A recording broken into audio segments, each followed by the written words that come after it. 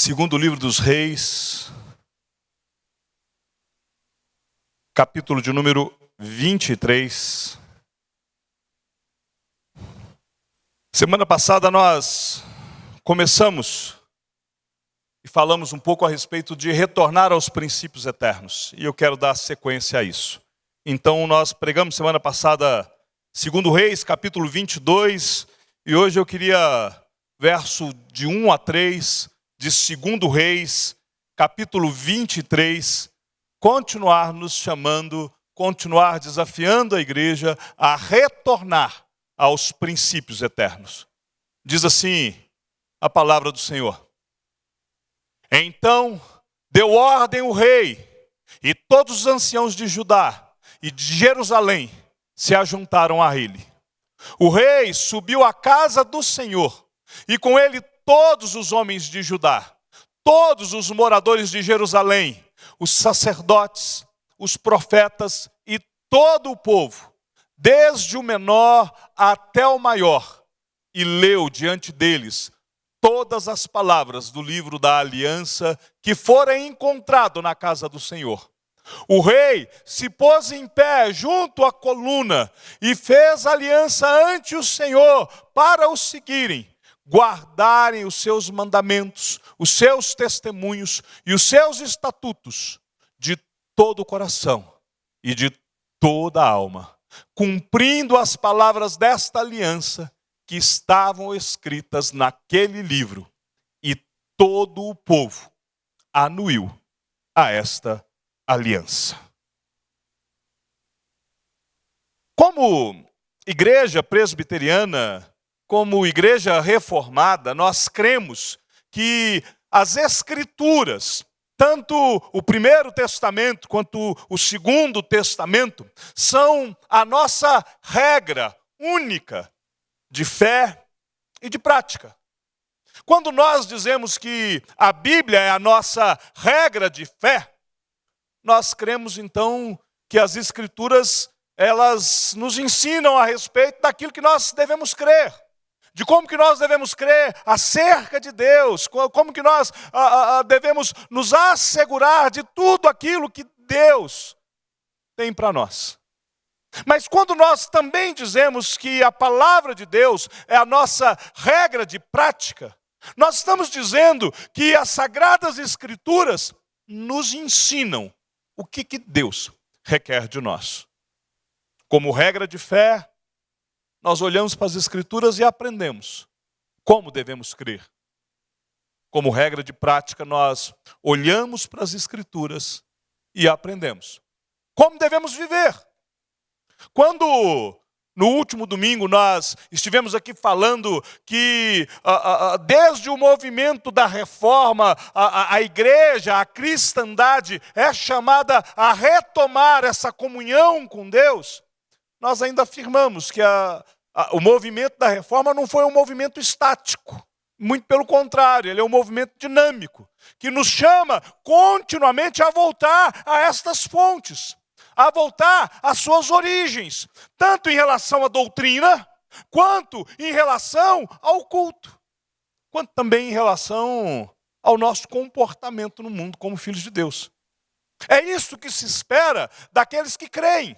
É isso que se espera daqueles que caminham de acordo com Deus, que têm a Bíblia como sua regra de prática. Então, quando eu começo a ler a história do rei Josias, eu percebo que quando ele redescobre as Escrituras no templo, ele retoma a sua aliança com Deus. As Escrituras, as Sagradas Escrituras, a palavra de Deus faz com que o povo, através da liderança daquele homem, pudesse agora voltar. O livro da lei foi achado, o livro da lei foi lido, e eles então descobrem que estavam caminhando em pecado, estavam caminhando desagradando a Deus, e eles então retomam. Capítulo 23, com a leitura das Sagradas Escrituras, Josias leva o povo a renovar a aliança diante de Deus. E durante este mês de aniversário da igreja, então, eu me propus a pregar desafiando a igreja a redescobrir a sua paixão, o seu amor. Ontem, o pessoal do Grupo Sola falando aqui, falou dessas... Aliás, não, foi ontem mesmo. Falou a respeito da confusão dos nossos amores, de como que nós, às vezes, estamos amando de forma errada as coisas erradas. E quando eu me proponho aqui neste mês de aniversário a chamar a igreja a voltar e a sonhar e a restabelecer o caminho, é algo que eu tenho orado, é algo que eu tenho clamado. Eu usei uma imagem semana passada, que foi essa. Tinha ali também o versículo, né, citando Davi. Davi, o rei Davi, ele serve a sua própria geração e ele faz isso de acordo com o desígnio de Deus. Enquanto Davi estava vivo, ele servia a sua própria geração conforme o desígnio de Deus. Nós hoje somos chamados por Deus a servir a nossa própria geração, também conforme o desígnio de Deus. Há para nós um caminho proposto. Há para nós uma carreira que nos foi proposta pelo Senhor. E ela se encontra diante de nós. Os nossos antepassados, eles nos trouxeram até aqui. Nós carregamos a herança da reforma, mas nós carregamos também a herança daqueles que continuaram a caminhada após a reforma.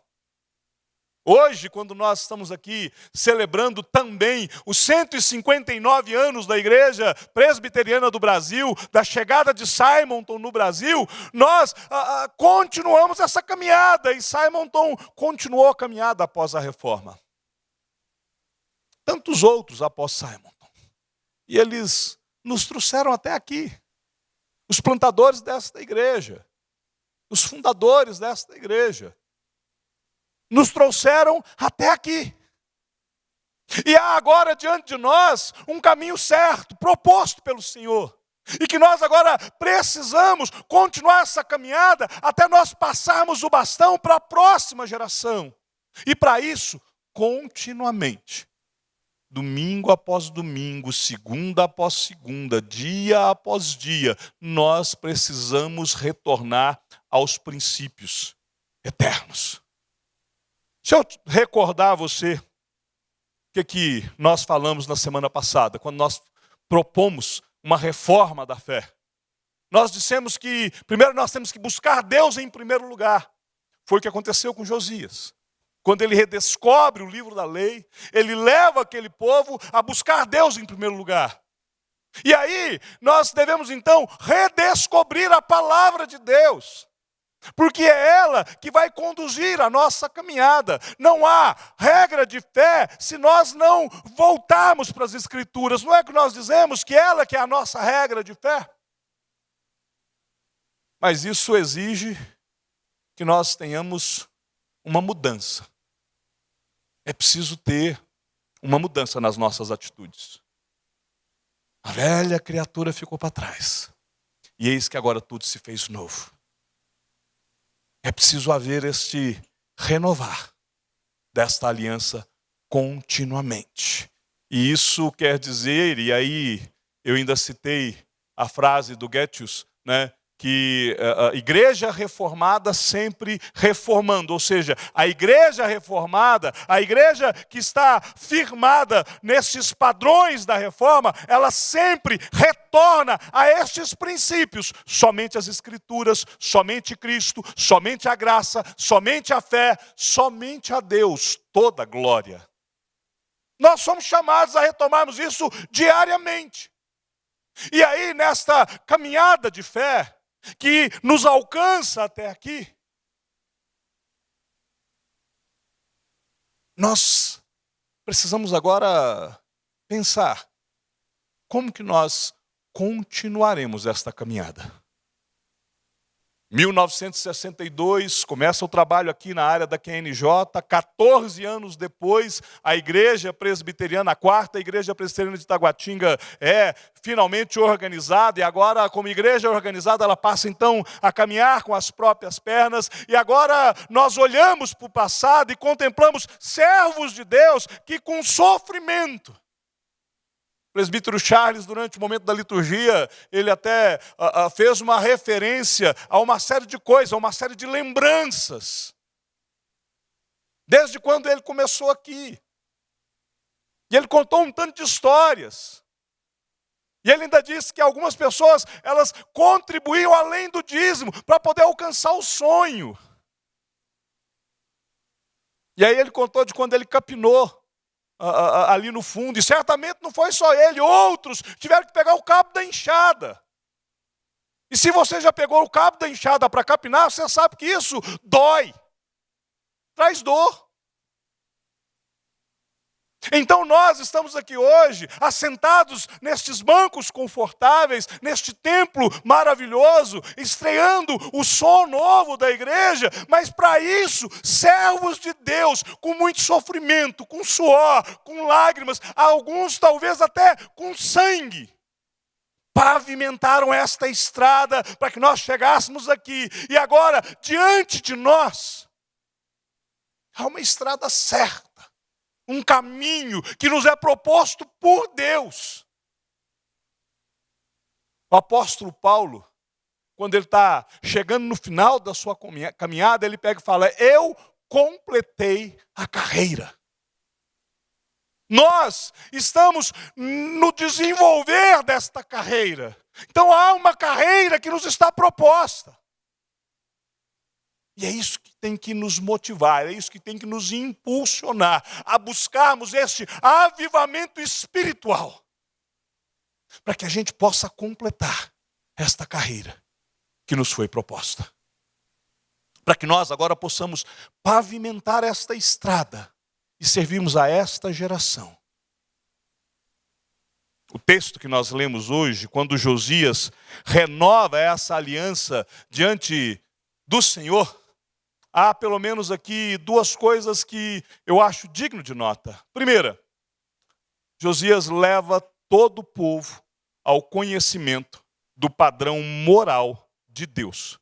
Verso 2 do capítulo 23, nós vamos ver que o padrão moral de Deus, revelado por Deus, é elevado.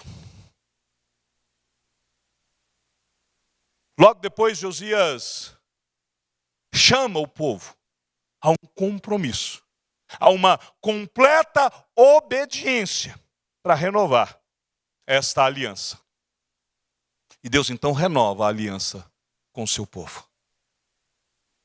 Deus é fiel à sua aliança. Nós acabamos de participar da ceia. E quando nós tomamos o cálice, nós falamos que é o cálice da nova aliança. Hoje nós temos uma aliança com Deus. E quando nós participamos da ceia, nós renovamos esta aliança com Deus. E Deus é fiel à sua aliança. Quando nós temos essa consciência, nós fugimos, nós evitamos de todas as formas possíveis quebrar esta aliança. Muito pelo contrário, nós queremos renová-la dia após dia. E é isso o que acontece, por exemplo, no século XVI. A palavra de Deus durante tanto tempo ficou esquecida. Ficou, mais uma vez, esquecida em algum lugar, até que o monge Martinho Lutero redescobre as Escrituras. E ele começa a ler. E mais do que ler, ele começa a traduzir para colocar na mão do povo. E isso continua acontecendo nos nossos dias. Apesar de nós termos milhares e milhares de Bíblias espalhadas na nossa nação, muito provavelmente na sua casa você deve ter mais do que 2, 3. Mas às vezes elas estão lá e estão esquecidas. Quando nós voltamos os nossos olhos para as Escrituras, e quando nós nos dispomos a ler as Escrituras, o Espírito Santo nos constrange a renovarmos esta aliança com o Senhor. à luz do texto que nós lemos hoje, eu queria que nós pudéssemos pensar um pouco a respeito desta reforma. Se semana passada nós falamos sobre uma reforma da fé, hoje eu queria falar sobre uma reforma moral. Sabe o que significa reforma moral? Reforma moral é uma volta aos padrões de vida moral que Deus estabeleceu com clareza nas Escrituras. Hoje de manhã, conversando com o pastor Guilherme do Sola, e nós falando a respeito de interpretação de Escrituras, aí nós, conversando um com o outro, falamos, depois de 2000 anos de cristianismo, não tem como a gente ser mais... trazer uma novidade. Aliás, qualquer novidade de interpretação das Escrituras, depois de 2000 anos de cristianismo, nós precisamos ficar com talvez 2 pés atrás. Não é possível que nós possamos agora descobrir algo que ninguém ainda viu nas Escrituras. O livro mais lido, o livro mais estudado de todo mundo, homens de Deus leram centenas de milhares de vezes as Escrituras. Mude, registra.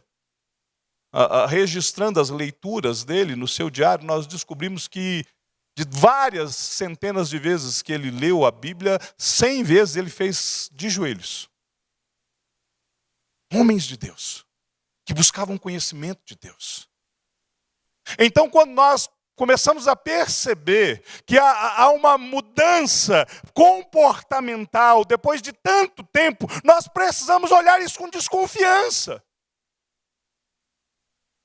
Porque a reforma moral, ela consiste, em primeiro lugar, que nós possamos entender que há sim liberdade, mas é uma liberdade com fronteiras.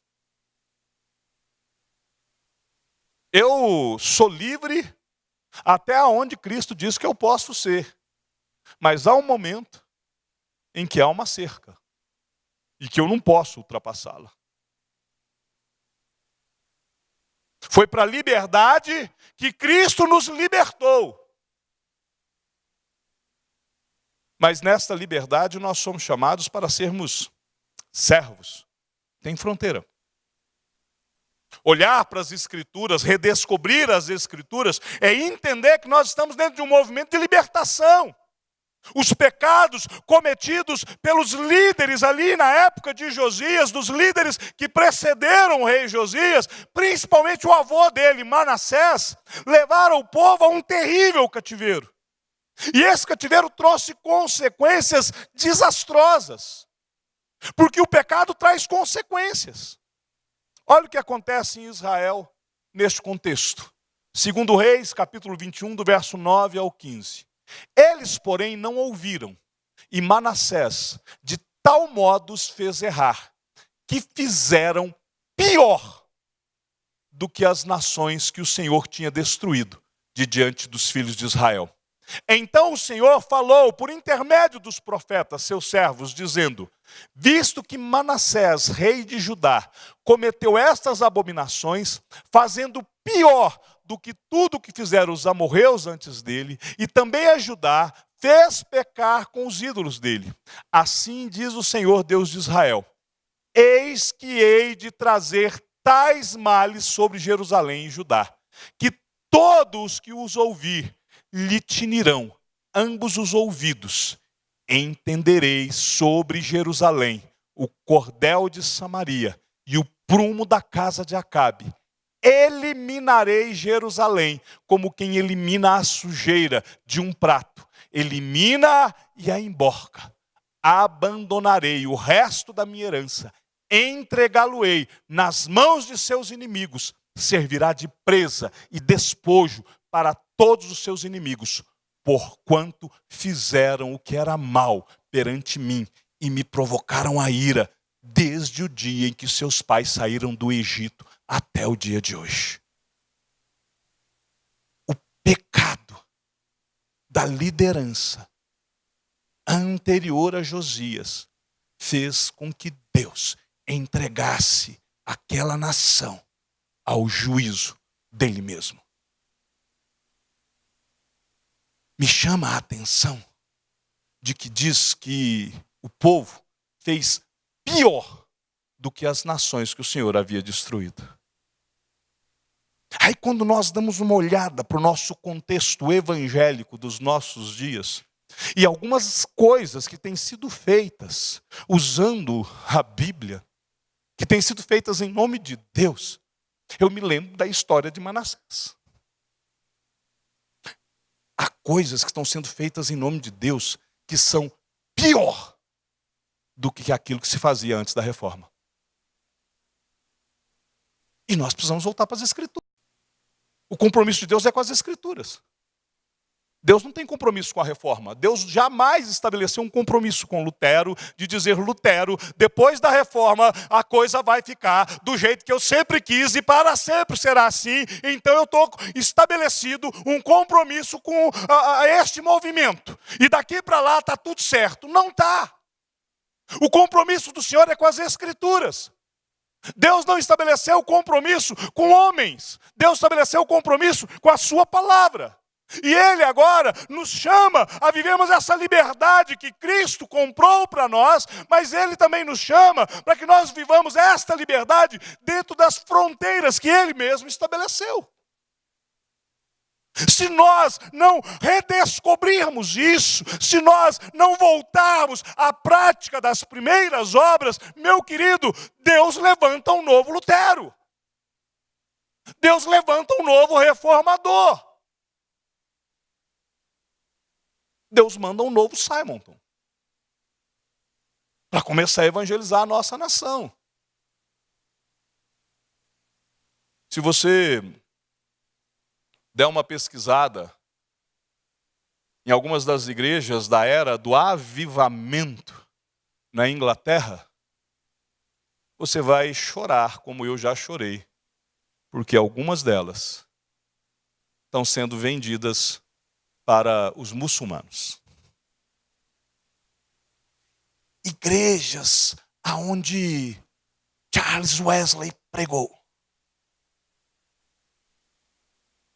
Agora servem ao inimigo do Evangelho.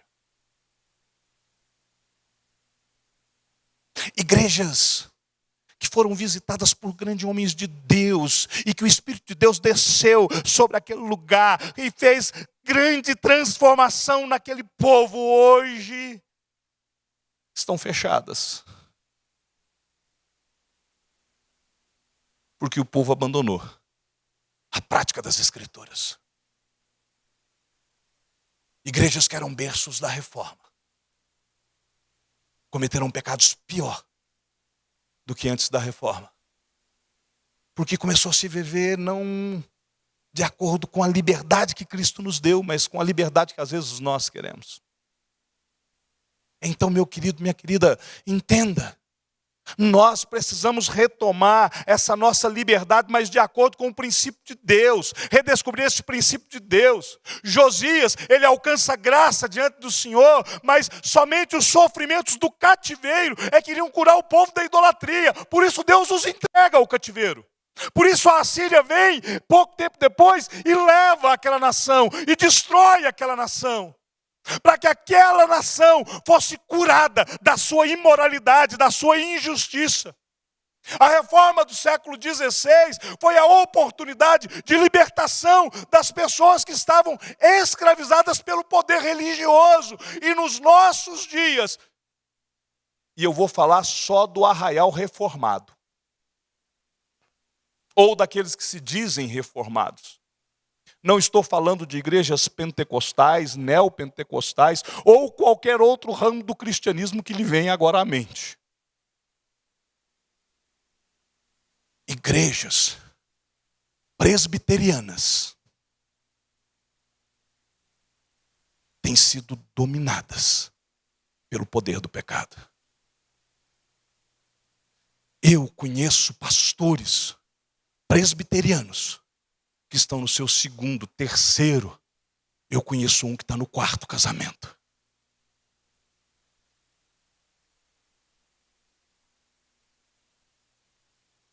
Isso eu falo com tristeza. se nós não tomarmos cuidado,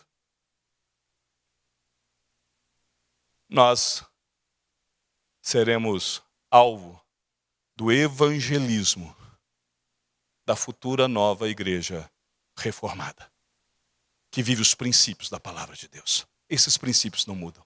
Igreja reformada é, antes de tudo, olhar para as Sagradas Escrituras e viver de conformidade com elas.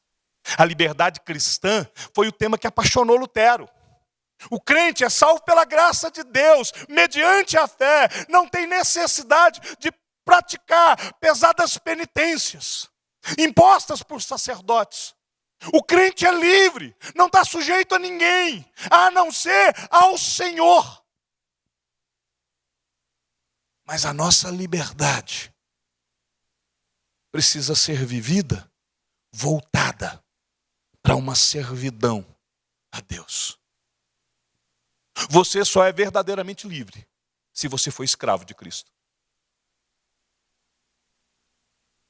Se você quer viver a sua liberdade sem ser escravo de Cristo, eu quero dizer que você é escravo do pecado e, consequentemente, escravo do diabo. Não há um segundo caminho. Não há um caminho alternativo. Ou você caminha com Cristo e serve ao Senhor, ou você caminha com o diabo e serve a Ele, e tem a Ele como Senhor. E isso não sou eu quem diz isso é o próprio Cristo que diz que aquele que comigo não ajunta, espalha. Que aquele que não é por mim é contra mim. Ou você é por Cristo e lhe serve, ou você é contra Cristo e serve o inimigo dele. Não tem outra alternativa. Olha o que diz as Escrituras. Gálatas capítulo 5, verso 1.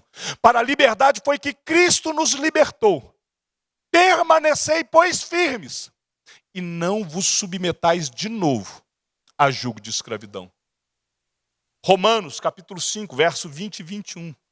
Sobreveio a lei para que avultasse a ofensa, mas onde abundou o pecado, superabundou a graça, a fim de que, como o pecado reinou pela morte, assim também reinasse a graça pela justiça para a vida eterna, mediante Jesus Cristo, nosso Senhor. Senhor é quem manda. Se você tem um Senhor, você é servo. Jesus, Ele nos concedeu esta graça, essa maravilhosa graça. E Ele agora nos chama a um compromisso de um padrão moral elevado. Você tem que ser melhor do que o mundo que está aí. Você não pode fazer pior do que estão fazendo. Você não pode ser como aqueles que eram da época de Manassés, ou mesmo aqueles que eram da época de Lutero. Você precisa ter um padrão maior. Por isso Lutero dizia que o cristão é livre de tudo e de todos. Mas ao mesmo tempo, ele é escravo. E voluntariamente, ele está sujeito a Deus. E está sujeito às pessoas de Deus para servir o reino de Deus. Salvação é pela graça. Sim, é mediante a fé. Sim, é sem obras da lei. Sim. Mas você não pode se esquecer de Efésios capítulo 2. Porque pela graça sois salvo mediante a fé. E isso não vem de vós, é dom de Deus. Não de obras, para que ninguém se glorie. Pois somos feitura dele, criados em Cristo Jesus para boas obras, as quais Deus de antemão preparou para que andássemos nela. Eu sou salvo pela graça? Sim. Eu preciso fazer alguma coisa para ser salvo? Não. Há algo que eu posso acrescentar na minha vida para poder agradar o coração de Deus? Não. Mas Deus preparou um caminho. É um caminho de boas obras. É um caminho de obras excelentes, de obras maravilhosas. É um caminho moral. É um caminho que é padrão. E Deus preparou para que eu pudesse andar neste caminho. Eu não posso me esquecer disso. Sabe qual que é o problema? O problema é que as pessoas querem viver a graça sem o compromisso. Elas querem viver a maravilhosa graça, se esquecendo da responsabilidade que Deus colocou sobre os seus ombros. Efésios capítulo 2, do 8 ao 9, liberta-nos da tirania do eu, da tirania da lei. Eu não estou sujeito, eu não estou submisso à lei. Mas coloca sobre mim agora um jugo suave, para que eu possa praticar livremente as obras já determinadas por Deus. A liberdade que nós fomos colocados nela, a liberdade que Cristo conquistou para nós, tem um objetivo. Não é apenas sermos livres do pecado, mas livres para servir ao Senhor de acordo com o padrão que é estabelecido por Deus. Não é isso que nós dizemos que é o culto? Que o culto é algo que é estabelecido por Deus? Acontece, meu querido, que culto começou no dia que você foi encontrado por Cristo. E ele jamais vai ter fim, nem na sua morte, porque quando morrer é que o culto vai ficar melhor, porque nós estaremos perante ele em adoração pelos séculos dos séculos dos séculos, por toda a eternidade. Então, nós agora estamos num culto eterno. Sabe o que tem me assustado? É que eu tenho visto as pessoas, quando falando de culto, voltando para o templo. Nós estamos nos tornando de novo templários. Transformando de novo o templo, né, em algo diferente do resto da nossa vida. É como que aqui é uma coisa e fora daqui é outra. Eu quero te dizer que tanto aqui quanto fora daqui, você é salvo. E você está em culto, e você está em adoração. Você não pode ser mais santo aqui do que você é no seu trabalho. Você não pode ter uma atitude lá diferente da daqui. Você foi chamado à liberdade, mas você tem fronteiras. Você tem fronteiras. Então, para que nós possamos entender que nesta reforma moral, aprendermos aqui qual é o limite da nossa liberdade. Qual que é o limite dessa liberdade? É estabelecido por Deus. E são as Sagradas Escrituras que vão te colocar no caminho. Mas você precisa entender também que esta reforma moral consiste numa vida coerente entre a sua ortodoxia e a sua ortopraxia. Palavras difíceis, né? Não faz parte do nosso uso cotidiano. Deixa eu explicar esses termos. Ortodoxia, né? Vem de ortos e doxa, certo e opinião. Ou seja, ortodoxia é a minha crença correta. Eu tenho que ter um padrão de fé correto. A fé é estabelecida por Deus. Não é fé na fé. É fé segundo o padrão das Escrituras. Você tem que ter uma crença correta.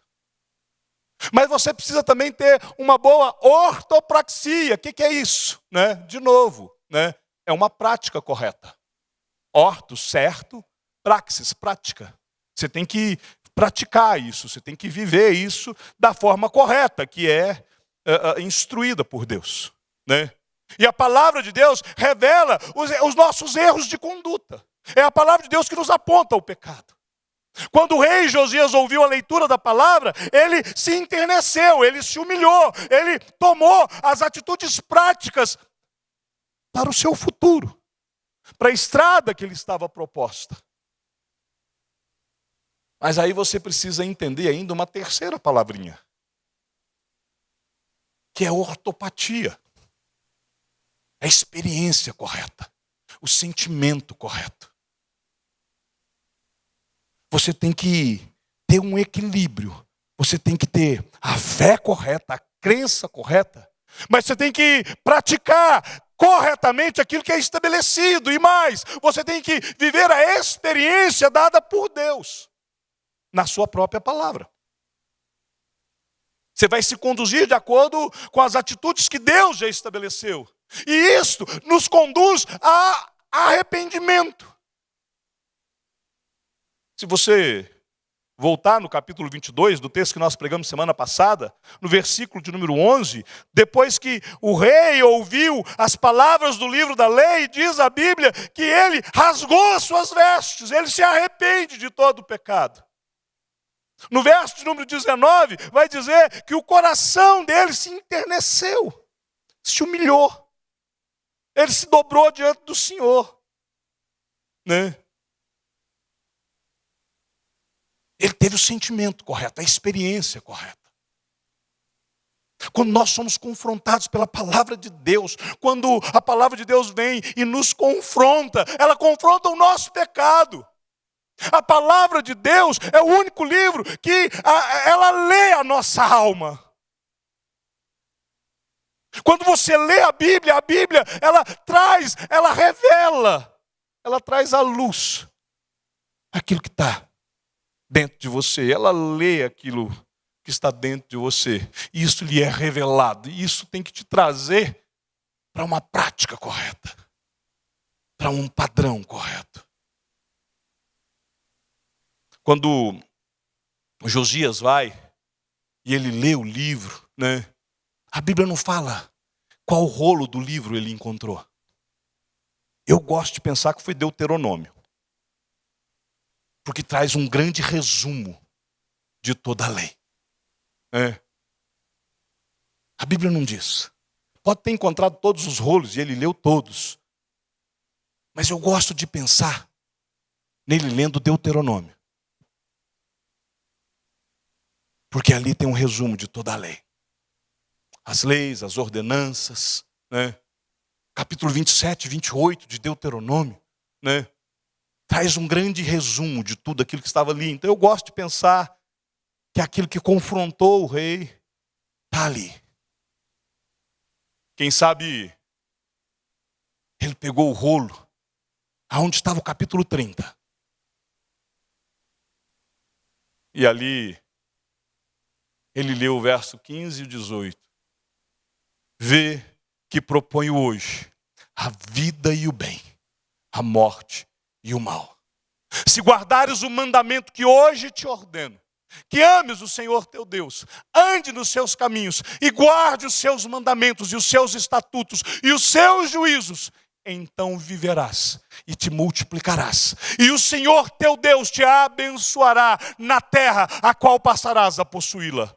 Porém, se o teu coração se desviar e não quiseres dar ouvidos e fores seduzido e te inclinares a outros deuses e os servires, então hoje te declaro que certamente perecerás. Não permanecerás longo tempo na terra, a qual vais passando o Jordão para possuires. Como eu disse, eu não sei qual foi o livro, qual é o rolo do livro da lei que Josias se deparou. Mas eu sei que quando ele leu, o Espírito Santo o convence do seu pecado, da justiça, do juízo. Ele rasga as suas vestes, ele se dobra diante de Deus. Ele é convencido de que o juízo de Deus viria. E ele então toma uma atitude, ele muda o seu padrão. Diante de um padrão de fé, uma boa ortodoxia, ele se tem uma boa ortopatia, ele tem um sentimento correto. E isso o conduz a uma boa ortopraxia, a uma prática da palavra de Deus. Josias percebeu que os reis que o precederam, que o povo tinha transgredido o padrão divino. E que por causa disso, eles estavam sujeitos ao juízo de Deus. Daí o arrependimento, daí a reforma do meio daquele povo. Através das medidas que viriam restabelecer a aliança. E isto levava o povo a um novo padrão moral. Pastor, o senhor está querendo dizer que padrão moral é o que mede nível de santidade? Não. Muito pelo contrário. Padrão moral pode servir única e exclusivamente para você ser um bom fariseu. que eu estou dizendo é que as Escrituras vão te convencer do teu pecado. E as Escrituras vão estabelecer um novo padrão de santidade para a sua vida. E você vai ter uma nova prática. E se isso não tem sido assim, então eu te convido a dobrar o joelho e a falar com Deus: Senhor, quebranta meu coração, porque ele está duro. Porque eu já não estou conseguindo mais ouvir a sua voz. Eu já não estou conseguindo mais ser impactado pelo teu Espírito. Eu já não tenho mais contemplado o pecado na minha vida, na minha existência. E eu estou começando a achar que está tudo muito certo. Eu estou achando que eu já sou santo o suficiente. Porque conhecer a doutrina certa não é suficiente. É preciso a prática correta. Jesus conta uma parábola a respeito da sua volta, que ilustra muito bem, de maneira clara, este assunto. Lá em Lucas, capítulo 12. Né? Entenda, meu querido. O diabo, ele conhece a Bíblia. Ele crê na Bíblia. Ele se estremece diante de Deus. Mas o diabo vai continuar sendo diabo. Ele vai ser diabo eternamente. A reforma, ela não pode ser apenas um conhecimento doutrinário completo, correto. Não basta você dizer: eu conheço tudo teologia. Eu já li Berkhoff, eu já li Gruden. Eu conheço tudo teologia. Já li os pais da fé, li toda a patrística. Conheço. Mas se você não tiver a prática correta, isso não adianta nada.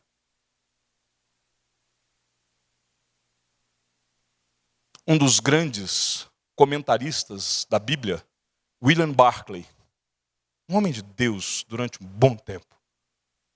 Seus comentários são profundos. Mas no final da sua vida, ele começou a ser universalista. E ele começou a não acreditar mais na condenação ao inferno. Conhecia tudo. Sabia tudo. Produziu um material excelente. Eu não sei como que ele morre. Mas eu sei que no final da sua vida, a sua prática já não estava mais correta. Champlin fez o comentário da Bíblia versículo por versículo. Se você quiser, eu te mostro. Depois você entra lá no meu escritório. Eu tenho a coleção completa do Antigo e do Novo Testamento. Você imagina o que é isso? Um camarada comentar a Bíblia inteira, versículo por versículo. Né? É um negócio, né? Se eu empilhar os livros aqui, vai dar mais ou menos uma pilha dessa altura de livros. Né? E são livros grandes, uma letra miudinha. Miudinha, cansa de você ler. Mas no final da vida, ele começou a defender doutrinas espíritas. E é por isso que o pessoal que faz aula comigo de prática de pregação, eu já falei para eles, né? Nós temos que ler comentários igual você come peixe. Você pega a carne, mas cuidado que sempre tem um espinhozinho aqui, outro ali, você tem que tirar fora. Isso vale para a nota de rodapé da Bíblia. Eu tenho visto muito crente pegar e falar assim: não, porque eu li na Bíblia assim, assim, assim. Eu falei: aonde? E ele vai lá e me mostra a nota de rodapé. Nota de rodapé é comentário. E nem todos eles eu concordo. Não, mas é porque foi o doutor fulano de tal. O doutor fulano de tal pode ter errado. Porque eu conheço outros doutores fulanos de tais que talvez pensem diferente. É por isso que nós precisamos nos voltar para as Escrituras. Porque esta reforma, ela tem que trazer esse equilíbrio, tanto do conhecimento quanto da prática. Fazer com que a nossa vida possa viver dentro dessa liberdade limitada pela vontade de Deus, mas dentro deste equilíbrio entre a boa teologia e a boa prática das doutrinas que encontramos na Bíblia. Mas essa reforma também consiste numa obediência voluntária às Escrituras. O cerne da moral cristã está na nossa obediência a Jesus. Né? Obediência a Deus, pelo amor. Nós vamos obedecer a Deus porque nós amamos a Deus. Jesus disse que a lei e os profetas, elas se resumiriam num único mandamento. Quando a gente fala dos mandamentos da lei de Deus, né? Perdão. O Senhor Jesus, o Espírito Santo, revelando a João, na sua primeira carta, ele diz que aquele que diz que eu o conheço e não guarda os mandamentos, é mentiroso, e nele não está a verdade. Aquele, entretanto, que guarda a sua palavra, nele verdadeiramente tem sido aperfeiçoado o amor de Deus. E nisto sabemos que estamos nele. Aquele que diz que permanece nele, esse também deve andar assim como ele andou. E quando nós falamos isso, nós vemos e entendemos que o fato de Deus ter vindo a habitar em nosso coração nos leva a amá-lo. Amamos Ele pelo que Ele é. Não pelo que Ele fez, ou pelo que Ele faz, pelo que Ele pode nos dar. Nós temos que amar a Deus pelo que Ele é. Não é porque nós queremos ir para o céu, ou porque nós estamos com medo do inferno. Amar a Deus pela essência do ser de Deus. Mas amar a Deus nos leva a querer guardar os mandamentos de Deus. E Jesus, quando vai falar a respeito dos mandamentos, ele joga e diz que todos os mandamentos da lei de Deus são resumidos em 2. Jesus pega os 10 mandamentos e ele então coloca os primeiros 4. Não terás outros deuses, não fará para ti imagem de escultura, não tomará o nome do Senhor Deus em vão, e lembra-te do dia de descanso para o santificar. Ele resume isso como: amarás, pois, o Senhor teu Deus de toda a tua alma, de todo o teu entendimento e de toda a tua força.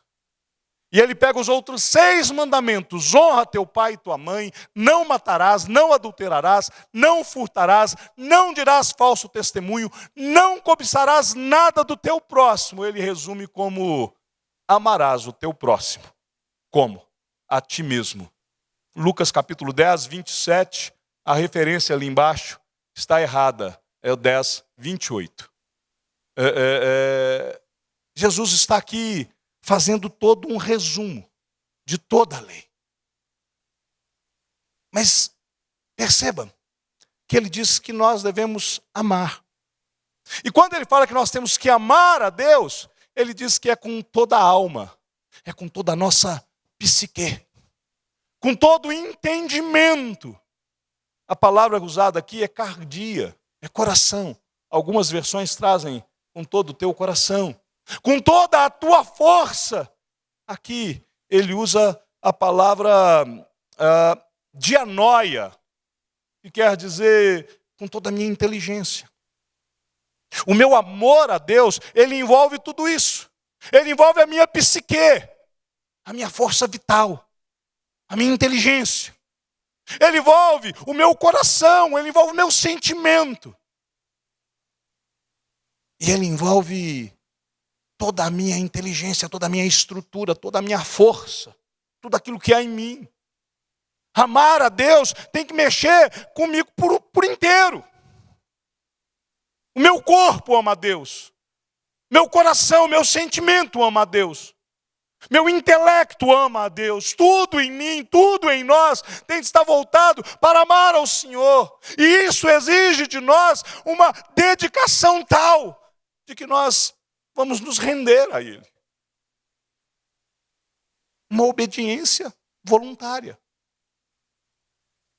E como Ele morreu por mim, pagou o preço por mim, demonstrou este amor a mim, e da mesma forma Ele demonstrou este mesmo amor ao meu irmão, ao meu próximo, eu posso não amar o meu próximo. Ele foi amado por aquele que me amou.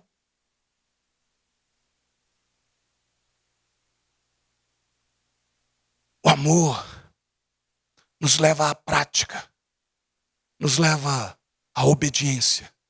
O amor a Deus nos leva a um novo padrão. O amor a Deus nos leva a mudar aquilo que somos, aquilo que entendemos que somos. O apóstolo Paulo, quando está escrevendo a carta aos Romanos, ele chega a dizer que se aquilo que eu estou comendo, se aquilo que eu estou bebendo está sendo motivo de escândalo para o meu irmão, eu devo parar. Eu não devo fazer. Por quê? Porque eu amo. Não é porque é pecado, não. É porque eu amo tanto que eu não quero que ele seja enfraquecido por conta disso. Esta obediência voluntária, para que nós possamos completar essa carreira. Se Davi serviu a sua própria geração, nós somos chamados a servirmos a nossa, né? Se os nossos pais, os nossos antepassados, serviram a geração deles e pavimentaram a estrada até nós, diante de nós, nós temos um longo caminho. E nós precisamos dar continuidade a esses princípios. E para promovermos isso, eu volto no sermão de domingo passado. Eu tenho que buscar Deus em primeiro lugar. O Senhor tem que ser a primeira coisa que eu tenho que buscar. Tem que ser buscar Deus em primeiro lugar. E eu só vou fazer isso de fato e de verdade se eu redescobrir as Escrituras. E nesse redescobrimento das Escrituras, eu então serei conduzido pelo Espírito Santo a me arrepender dos meus pecados. E desta forma, tendo esta reforma da fé, eu serei conduzido a uma reforma moral. E aí eu vou entender que eu sou livre, mas que há fronteiras. Que há determinados limites que eu não posso ultrapassar. E que eu vou buscar um equilíbrio, tanto na doutrina correta, quanto na prática correta, porque eu amo ao Senhor de toda a minha alma, com todo o meu entendimento, com toda a minha força. Então eu me submeto a obedecê-lo voluntariamente.